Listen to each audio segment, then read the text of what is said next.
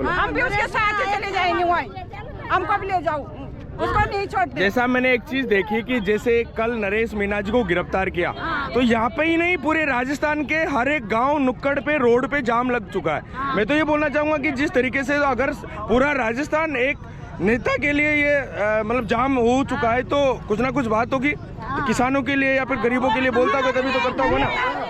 राजस्थान जाम हो जाएगा।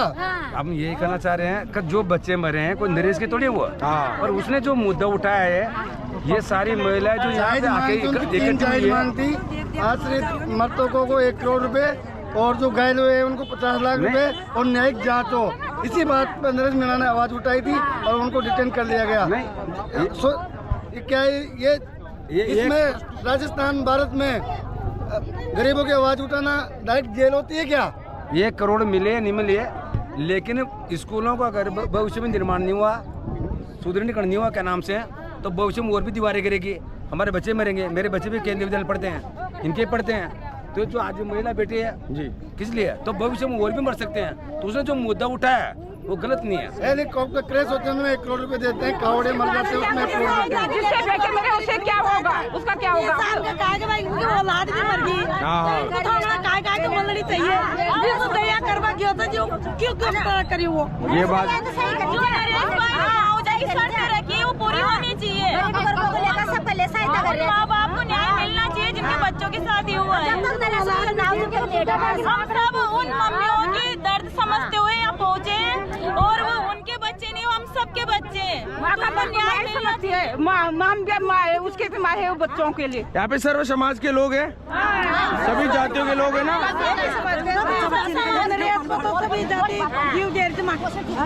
बहुत बढ़िया। अब एक चीज और मैं पूछना चाहूंगा कि जैसे जो स्कूल का हाल था वो वहाँ के टीचरों को दिख रहा होगा कि यहाँ पे गिर सकती है पहले भी उसके लिए, क्योंकि मैं वहाँ पे मौके पे गया था, तो मेरे को देखने को मिला कि वहाँ पे पहले से ही पता था कि हाँ ये 40-50 साल पुरानी बिल्डिंग है और उसमें पूरा पानी घुस चुका है दीवारों के अंदर और ये गिरने वाली है। जब इतना कुछ था, क्या सरकार के पास इतना पैसा नहीं था कि उसको सही करवा सके या फिर उसको ढहा के कोई नई बिल्डिंग खड़े कर सके?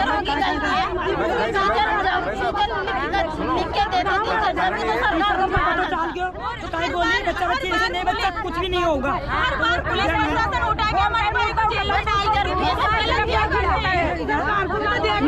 बोलता है तो उसको गिरफ्तार कर लेते हैं, कोई बोलता ही नहीं, ऐसी बात है। ये रोज आ रही बच्चा बच्ची को देख देख के कैसे हालत हो रही माँ बाप की। तो दोस्तों मैं इतना बोलना चाहूंगा कि जिस तरीके से यहाँ पे गरीब, किसान और पीड़ित लोग, जैसा कि आप सभी को पता होगा, अगर ऐसे गरीबों के साथ में ऐसा अन्याय हो रहा है तो उसके लिए सर्व समाज को सड़कों पे इसीलिए उतरते हुए दिखने को मिल रही है।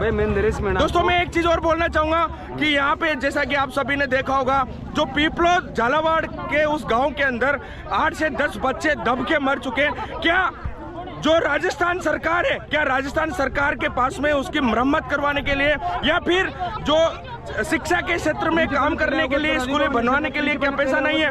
वैसे तो मैं एक चीज और बोलना चाहूंगा, जिस तरीके से सच्चाई और न्याय के लिए हमेशा से बोलता है, सच्चाई और न्याय के लिए हमेशा से बोलता है, तो राजस्थान सरकार को इस चीजों पे ध्यान देना चाहिए। हमारे एजुकेशन मिनिस्टर माननीय श्री मदन दिलावर जी, उनको भी चीजों का ध्यान रखना चाहिए। भाई हर एक चीज को पता रहना चाहिए। गरीब किसानों के बच्चे मर गए, कहीं इनकी जगह अगर किसी व्यापारिक के बच्चे मर जाते, क्या उनके साथ भी ऐसा अन्याय होता?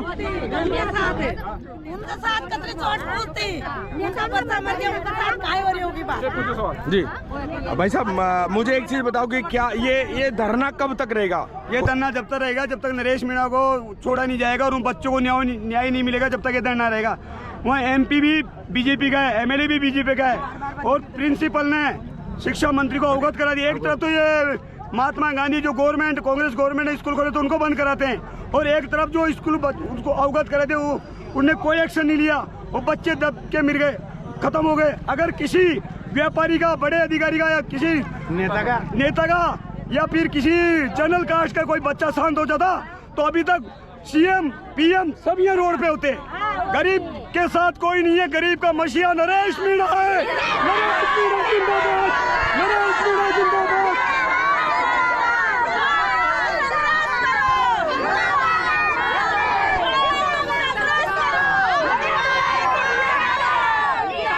अब दोस्तों यहाँ यहाँ से मैं लेके चलता हूँ बड़े बड़े बुजुर्गों के बीच में, युवा साथियों के बीच में, और वहाँ पे चलकर उनका भी मैं फीडबैक आपको दिलाने वाला हूँ।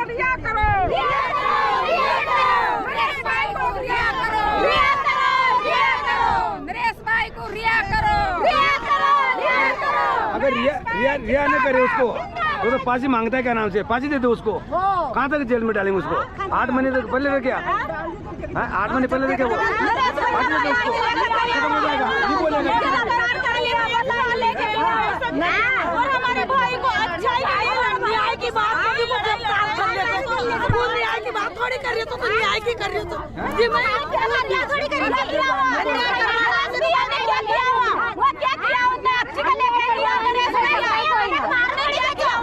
गरीबों को लेकर गया तो गरीबन की गिरफ्तार कर दिया।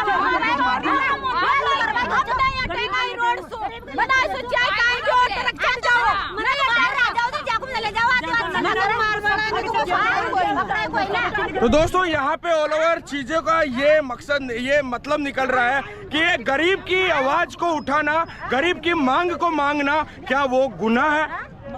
क्या गरीब किसानों के पीड़ित बच्चे जब मर जाते हैं उनकी आवाज को उठाना, उनको न्याय मांगना, वो कौन सा अन्याय है जिस तरीके से उनको जेल में उठा के डाल दिया जाता है?